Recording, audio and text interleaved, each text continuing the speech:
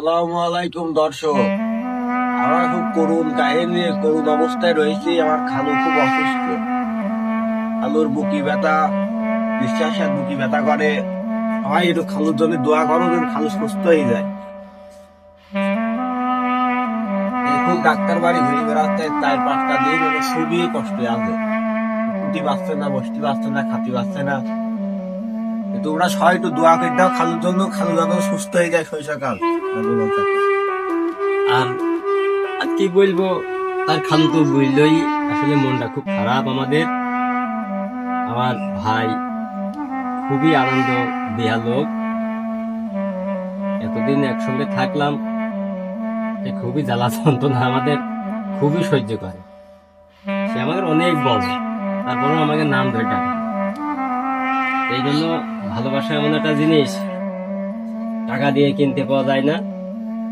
তে সকালে মা বলে শুনলাম, মাহুল বলছে তার আব্বার শরীর খারাপ, আগে থেকে একটু বেশি খারাপ। এখন আসলাম ভাইয়ের কাছে দেখা করতে। তো এখন ভাই মোটামুটি আমাকে দেখে ভাইয়ের মনটা ভালো, এবং ভাই যাতে সুস্থ হয়ে যায় এই দোয়া আমরা মানুষের কাছে করি এবং চাচ্ছি। আমরা আজ কটা দিন শুটিং করতে পারিনি, ভাইয়ের শরীর খারাপ, এই জন্য ভাইয়ের সাথে দেখা করতে আসছি। আপনারা সবাই যে যেখানে আছেন আমার ভাইয়ের জন্য, যারা আমাদের ফ্রেন্ড ফলোয়ার, যারা আমাদের শুটিং দেখেন, সবাই আমার ভাইয়ের জন্য দোয়া করবেন, এটা বলে সমাপ্ত করছি। আসসালামু আলাইকুম দর্শক। আমার খুব করুণ কাহিনী, করুণ অবস্থায় রয়েছে। আমার খালু খুব অসুস্থ।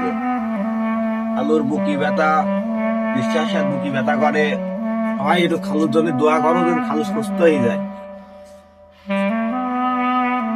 এখন ডাক্তার বাড়ি ঘুরে বেড়াচ্ছে 4-5টা দিন, খুবই কষ্টে আছে। উঠতে পারছে না, বসতে পারছে না, খাতে পারছে না। তোমরা সবাই একটু দোয়া করে দাও খালুর জন্য, খালু যেন সুস্থ হয়ে যায় শৈশবকাল। আর আর কি বলবো, তার খালু তো বললই, আসলে মনটা খুব খারাপ আমাদের। আমার ভাই খুবই আনন্দ দেয়া লোক, এতদিন একসঙ্গে থাকলাম, সে খুবই জ্বালা যন্ত্রণা আমাদের খুবই সহ্য করে। সে আমাদের অনেক বড়, তারপরেও আমাকে নাম ধরে ডাকে। এই জন্য ভালোবাসা এমন একটা জিনিস, টাকা দিয়ে কিনতে পাওয়া যায় না। সকালে মা বলে শুনলাম, মাহুল বলছে তার আব্বার শরীর খারাপ, আগে থেকে একটু বেশি খারাপ। এখন আসলাম ভাইয়ের কাছে দেখা করতে। তো এখন ভাই মোটামুটি আমাকে দেখে ভাইয়ের মনটা ভালো, এবং ভাই যাতে সুস্থ হয়ে যায় এই দোয়া আমরা মানুষ